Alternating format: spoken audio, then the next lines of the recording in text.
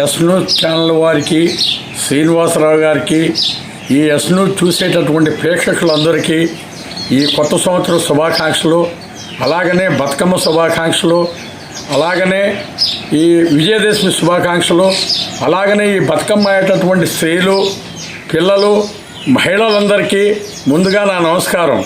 ముందుగా నాది బిల్లుపాడు, కొత్త వెంకటగిరి, రామచంద్రాపురం మాజీ ఎంపీటీసీని, రుద్రాక్ష బ్రహ్మాన్ని.